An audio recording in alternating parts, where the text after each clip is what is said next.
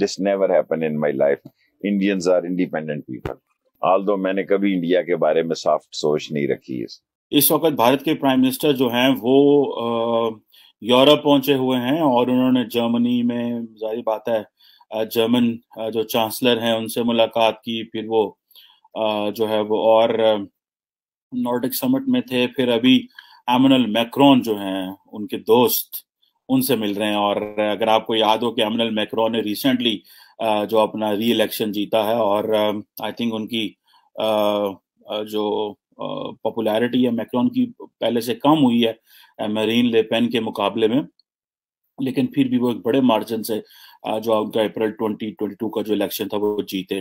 तो जैसे ही अगर आपको याद हो वो जीते तो नरेंद्र मोदी ने कहा कि जी मैं अपने दोस्त एमैनुअल मैक्रोन को जो मुबारकबाद देता हूँ री इलेक्शन की, और हम इंडिया फ्रांस ताल्लुकात को आगे लेके जाएंगे। अब इंडिया जो है आपको पता है जो है वो एक बड़े पैमाने पे 2017 से लेके 21 तक दुनिया का सबसे बड़ा आर्म्स इंपोर्टर रहा, सबसे बड़ा। This is, I am quoting Sipri को मैं कोट कर रहा हूँ। 2017 से लेके 2021 तक जो सबसे बड़ा आर्म्स इंपोर्टर था that was India. Second number पे इट वाज सऊदी अरेबिया, फिर Egypt, Australia and then China. खैर एनी हो, अब मोदी जो एडमिनिस्ट्रेशन है उन्होंने खैर अपना वो डाइवर्सिफाई वो करने की बातें कर ली है कि हम वो करें, लेकिन फ्रांस के साथ उनको जो फायदा वो ये है कि वो राफेल फाइटर जेट्स उन्होंने लिए, उन्होंने मिराज कॉम्बैट एयरक्राफ्ट लिया हुआ है, फिर स्कॉर्पियन सबमरीन्स उन्होंने जो है वो फ्रांस से ली हुई है। और दोनों मुल्कों की जो बायलैटरल ट्रेड है वो भी इस वक्त 12-14 बिलियन यूरो के करीब है। बायलैटरल ट्रेड की मैं बात कर रहा हूँ। और दूसरा ये है कि और ये मेरा ख्याल है कि ये पिछले 10 साल में ही ज्यादा बढ़ी है। और इस पे इंडिया जो है वो फ्रांस के साथ मिलकर इसलिए काम कर रहा है कि बिकॉज फ्रांस वो मुल्क है जो कि बेसिकली वेस्ट से, वो हमारे पंजाबी में कहते हैं वाग चीरना, जो है ना अपने आप को डिसएसोसिएट करता है। वो हर एक चीज थ्योरी जो वेस्ट उनको अमेरिकन देना चाहते हैं वो बाय नहीं करते।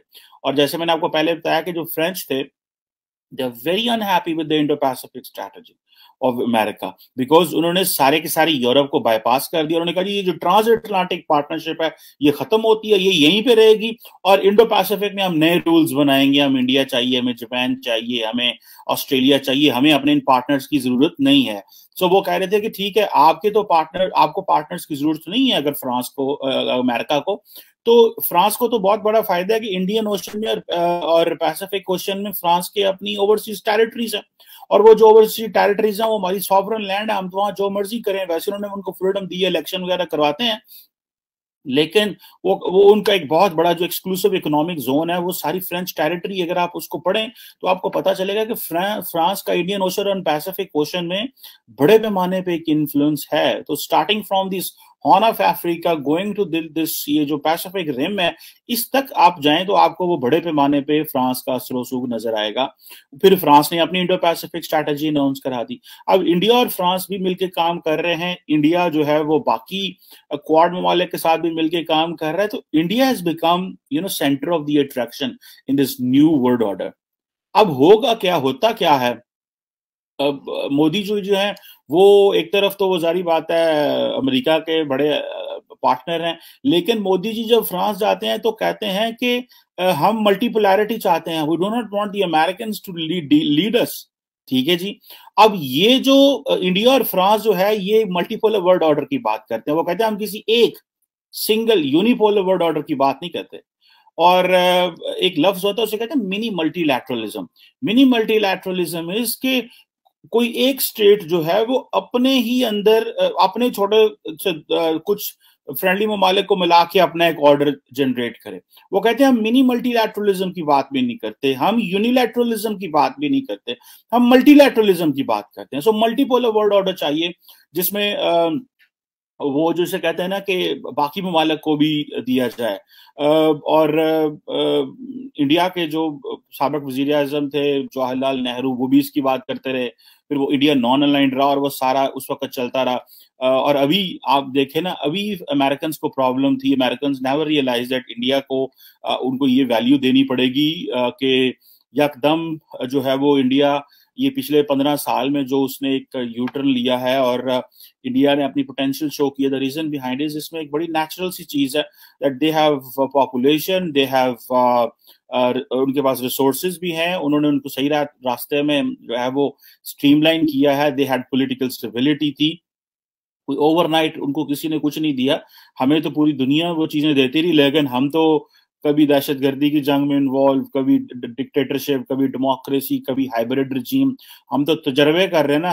हमने डायरेक्शन क्या लेनी है, हम डायरेक्शन लेते हैं जहाज साडा उड़ता है नाल ही फेटे वो थले फारक, क्यों, बिकॉज रीजन बिहाइंड इज कि अभी वो उसमें हम चल ही नहीं पाते। इंडिया को इस चीज का सामना नहीं करना पड़ता। 10 साल मोदी जी गुजारेंगे, 10 साल पीछे कांग्रेस गुजारेगी, जो सिचुएशन लग रही है, मुझे तो अगले भी 5 साल मोदी जी के लग रहे हैं।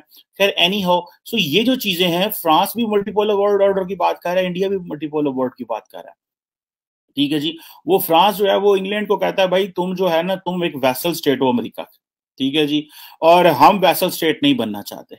इंडिया जो है वो कह रहे हैं कि हम इंडिया और जो फ्रांस है वो बड़ी ताकतें नहीं है, ठीक है, ये मिडल, इनको हम मिड साइज पार्ट्स कह लें, या मिडल किंगडम्स इनके लिए एक लफ्ज यूज होता है, या मिड साइज पार्ट्स इनको बुलाते हैं, ठीक है जी। ये बड़ी ताकतें नहीं है, लेकिन दे हैव एब्सोल्यूट कैपेबिलिटी। मुझे याद है कि आई वाज इन, मैं अपने यूनिवर्सिटी पढ़ रहे थे, 2007, 8, 9 की बात थी, तो हमारे सारे हमें इंडियन फॉरेन पॉलिसी, 2 कोर्स पढ़ते थे हम इंडिया के ऊपर, Indian foreign policy and Indian politics. I think politics of India और इंडियन पॉलिटिक्स के नाम से ये मेरे वो डिग्री में लिखे हुए हैं कोर्सेज दो। तो हम वो पढ़ते थे, तो वो क्वेश्चन हुआ उस वक्त, मुझे एक सर ने पूछा, तो मैंने मुझे तब भी अंदाजा था हम जब पढ़ते थे कि India has capability. So this capability जो है, we were talking back in 2008 and 9, कि इंडिया के पास कैपेबिलिटी है that they can translate this capability into something which they want. So India जो है वो और फ्रांस जो है, दे बोथ है, फ्रांस का तो खैर ये है कि वो थोड़ा generationally obviously they are rich and all that, लेकिन इंडिया का ये है कि इनका राइज जो है वो अभी हो रहा है, ये पिछले 20 साल में, free trade and all that.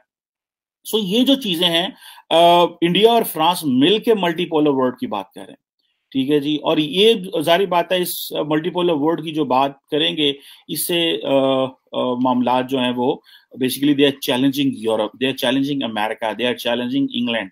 Modi ji को नुकसान होता अगर मेरीन ले पेन जो है वो बात करती, बिकॉज वो शी वाज राइट विंग आइसोलेशनिज्म की बात करती थी, लेकिन मोदी जी, मैक्रोन के वापस आने से मोदी को जो वेस्ट के अंदर एक इन्फ्लुएंस मिला है, जो कि शायद वो जो एक फ्रेंडशिप जर्मनी में एंगेला मर्केल थी, उनके इंटरेस्ट और हैं, वो ज्यादातर इंटरनल बात करते हैं, इकोनॉमी की, क्लीन एनर्जी की, डेवलपमेंट की, वो ट्रेड, एनर्जी, इन चीजों पर बात करते हैं। मैक्रोन जो है ये फ्रांस का, क्योंकि हिस्टोरिकली एक इंपीरियल पावर रहा है, पूरे अफ्रीका में बड़ा उनका इन्फ्लुएंस था, सारा कुछ।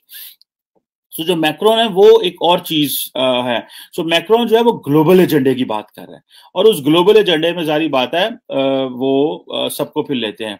सो वो कहते हैं कि जी हमें तो मल्टीपोलर के ऊपर बात करनी है, और फिर अबव ऑल इंडो फ्रेंच जो रिलेशन है उसको मजबूत करना है। अब इंडो फ्रेंच रिलेशन जो है वो जारी बात है that is to counter China को काउंटर करने के लिए है, और इसमें वो अपनी एक बनाते हैं कि हमें पुतिन को इंगेज करना है, हमने पुतिन को इंगेज करना है ताकि हम रेलिवेंट रह सकें अमेरिका और इंग्लैंड के लिए भी, और अमेरिका और इंग्लैंड को बता दें कि आपने जो कश्तियां जलाई हुई, हमने वो कश्तियां नहीं जलाई हुई। अगर आपको याद हो कि यूक्रेन की वॉर से थोड़ा अर्सा पहले ही मैक्रोन जो थे वो यूक्रेन भी गए थे, और उधर भी गए थे जब वो बड़े लंबे टेबल की बात हुई कि उनको दूर बिठाया हुआ था मैक्रोन को, और वो उनको वो शॉर्ट्स नहीं दिए और वो सारा कुछ। सो अभी दोनों ममालिक के पास देखें ना, अब इंडो पैसिफिक एक ऐसा, इंडिया को एक ऐसा स्ट्रेटेजिक एडवांटेज है, या इंडिया को एक इस तरह का एडवांटेज मिल गया है कि इंडिया फॉर एवर, जिसे कहते हैं ना, big chunk of the global history will be written in India Pacific, Indo Pacific, और इंडिया जो है एज ए पॉजिटिव पावर वहां पे मौजूद है।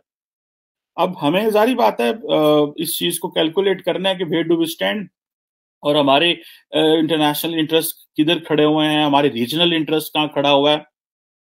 मुझे नहीं लगता कि we think on that, even हम इस पे सोचते भी हैं। इंडो पैसिफिक में तो जो भले नॉन ट्रेडिशनल सिक्योरिटी हो या ट्रेडिशनल सिक्योरिटी हो, दोनों में इंडिया का और फ्रांस का आपस में जो है वो कोऑपरेशन मौजूद है और उस पर वो काम कर रहे हैं। और खास तौर पे वो कहते हैं जी चाइनीज एक्सपेंशनिज्म को देखना है, जैसे मैंने बात की मल्टीपोलैरिटी की देखनी है, फिर ये है कि एक्सक्लूसिव इकोनॉमिक जोन को किस तरह प्रोटेक्ट करना है। तकरीबन अगर मैं आपको बताऊं 15 लाख फ्रेंच जो हैं वो इंडो पैसिफिक में रहते हैं, ठीक है जी, ये बड़े पैमाने पे है। फिर 8,000 फौजी वहां पे रहते हैं फ्रांस के, तो एक बड़े पैमाने पे वो कह रहे हैं कि जी हमें वो देखना है। फिर जापान, अगर आपको याद हो कि जो सबमरीन्स ऑस्ट्रेलिया को फ्रांस दे रहा था और उस पे फिर बीच में जो है वो ब्रिटिश आ गए और अमेरिकन आ गए, उन्होंने उसको बाद दबाया। तो बेसिकली वो जो एक rivalry England is known as a vassal state for America, वो जो राइवलरी चली जा रही है उसको वो कह रहे हैं कि इसके लिए शायद वो इंडिया को तोड़ना चाहता है फ्रांस। लेकिन मेरा नहीं ख्याल कि फ्रांस जो है वो इंडिया को तोड़ सकता है from an influence of great Britain and United states and particularly